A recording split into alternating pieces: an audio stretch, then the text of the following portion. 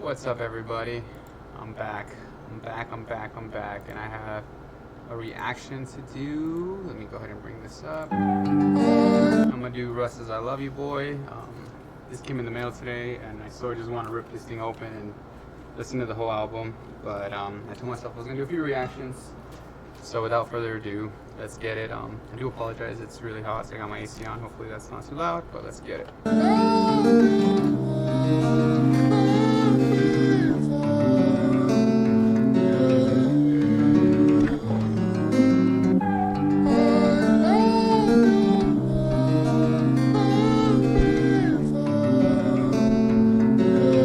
Yeah, you grew up in an environment that was hostile. It got wild. Arguments you heard as a small child had an effect that left you with a lot to undo. Your first words were screaming at your mom saying fuck you. Imagine the visual.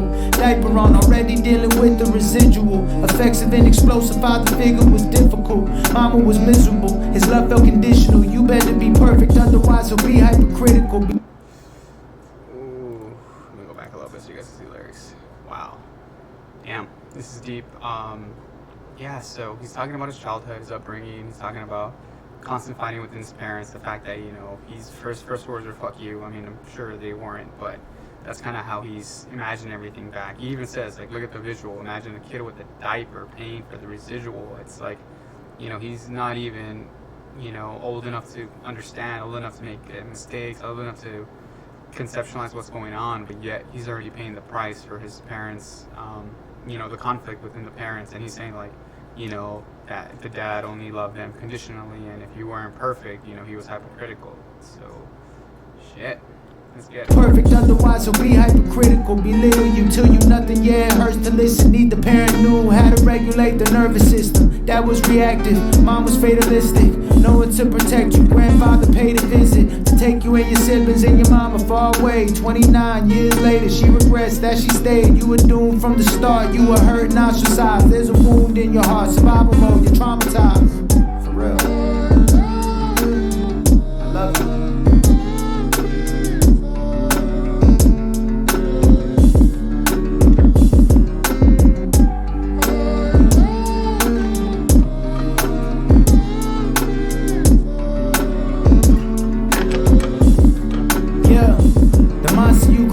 To protect the kid in you is hard to manage. Supreme confidence, deep crippling insecurity. The damage that's been done is explicit and abusive and a critic. Nothing that you ever do is really good enough, is it? You didn't get validation from your dad, so you replaced him with the industry and started to rap. You wanted praise and acknowledgement and picked a profession that people who look like you don't get. Now the rage of accomplishments being ignored. Fuck. That right there is beautiful. It's beautifully deep. Obviously, it's very sad. But I love that. He says, I created this monster to protect the kid. It was hard to manage, this supreme confidence. So he's literally created a persona of himself, which I believe Santiago is, just to, thrive in this horrible environment. And he's talking about the fact that he never got validation from his dad. So now he's seeking it in the rap game, knowing damn well that as a white rapper, he's not going to get that love and that accomplishment. And it's like this fucking vicious cycle, right? Where he, all he wants to do is be loved and cherished for himself and for who he is, but he's admitting that, he had to become someone else because, had he shown his real side of, all the shit he's been through, people would have just stepped over him, people wouldn't have acknowledged him, and I think that it's, and the sad thing, one of the things that a lot of people do to cope, and I think it's why he's so braggadocious, so cocky when he comes out in a lot of his raps, because it's like he started 10 steps back from everybody. He started at a harder standpoint, and if I'm being honest, a lot of the great rappers, a lot of the great musicians, artists really come from horrible backgrounds, and they just find a way to pour all that, pain, sadness, grief, anger, and just music, and all sports and whatever it may be, and it just turns into something beautiful like this. But shit, let's get it. Outside force that you yet again apparently aren't good enough for. All fueled you. You need to be liked and feel wanted, consumed you. That's why you call a chick every night to come do you, only to be left feeling less than before. Didn't have the tools to manage stress. You're at war with yourself. You need love. Drinking to forget that being you is not enough. Overcompensating in interviews, trying to prove that you're right. Maybe then you'll be light. Trying to prove you're worthy of approval you weren't shown in your home. I'm sorry that I ever left. Right there, like I said, overcompensating in interviews, to prove that you're right. And it just goes to show that, like, when people have a chip on their shoulder, sometimes it comes off bad because it's like, I'm not saying you're something, but if I don't give you your flowers right away, you make the assumption that I'm taking them from you. And I think that's what's going on here, and it's like, dude, I fuck with Russ hard, I've listened to a lot of his shit. I even got a tattoo of his first album on me. So I think not a lot of people understand how incredible he is, and I think that now he's tired of like kind of waiting. So now he's like telling people like, if you're not on my shit, kind of like fuck you, you don't know what the fuck you're talking about.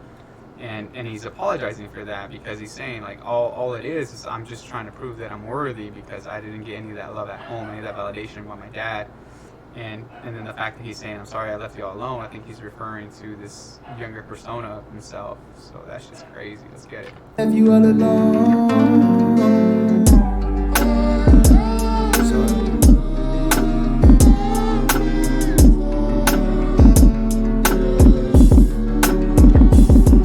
Get another verse? Let's get it. All right.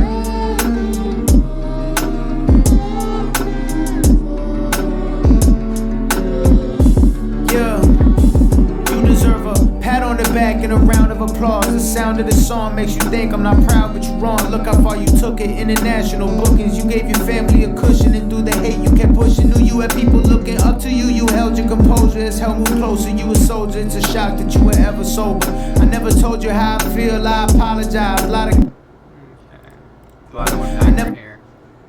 Well, this is dope because he's admitting that although all this bullshit happened, that he hasn't taken the time to just admit that he's still happy, and it's so hard when, you use pain and you're using all this, past experiences to kind of get to where you are, it's fuel, as you mentioned earlier, but at the same time, I don't think he's stopped to really like smell the roses, stopped to really look how far he's come, as he mentioned, and it's true. I mean, look at him, he's doing shows in Egypt and doing all kinds of dope shit, and he's talking about the fact that he can't believe he did this while he was sober, and he apologizes, for not having a better coping mechanism. I think that's what it is, and I think it's hard because even as an adult, I have my master's in psychology and stuff like that, so I kind of understand the way the mind works and the way, behaviors and stuff.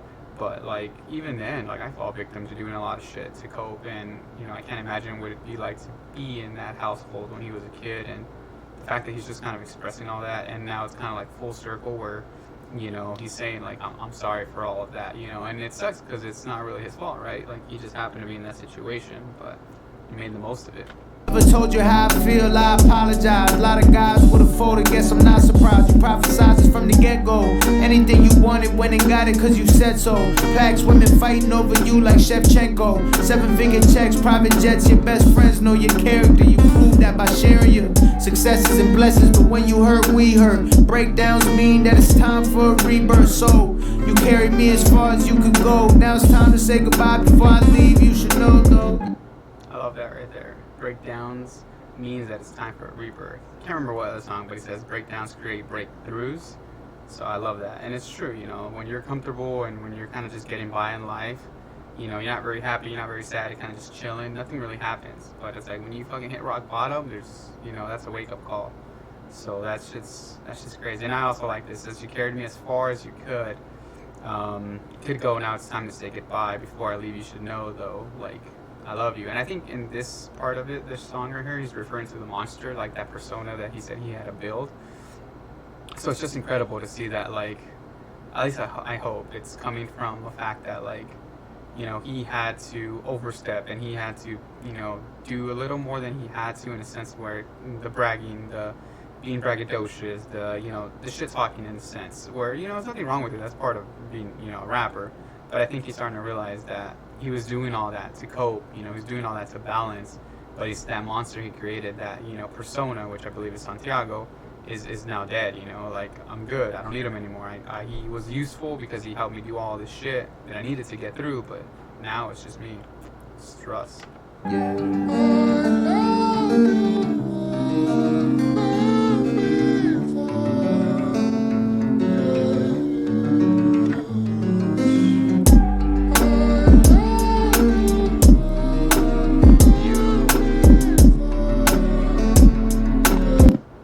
Beautiful once again, guys. I do want to listen to that album, but I'm gonna go ahead and probably do maybe one or two more reactions, and then I'm gonna just throw in that vinyl because I can't wait. But if you like it, please like, subscribe. Peace.